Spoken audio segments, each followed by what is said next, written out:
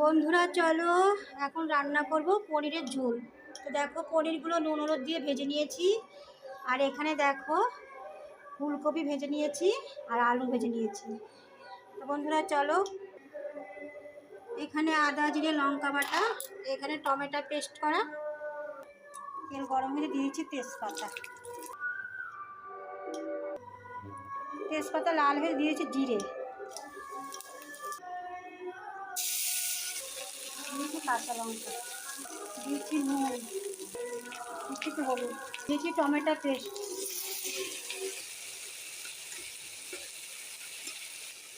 মশলা কষানো হয়ে গেছে, দিয়ে দিচ্ছি ভেজে রাখা ফুলকপি আর আলুগুলো।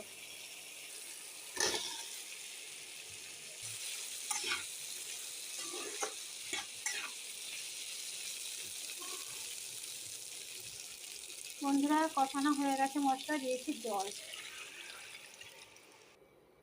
ফুলকপি আলুগুলো সেদ্ধ হবে, তারপরে দিয়ে দেব পনির।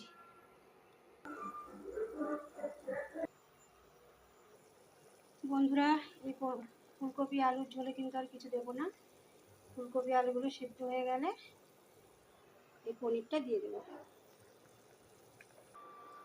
বন্ধুরা আমার ফুলকপি আর আলুগুলো একটু সেদ্ধ হয়ে গেছে।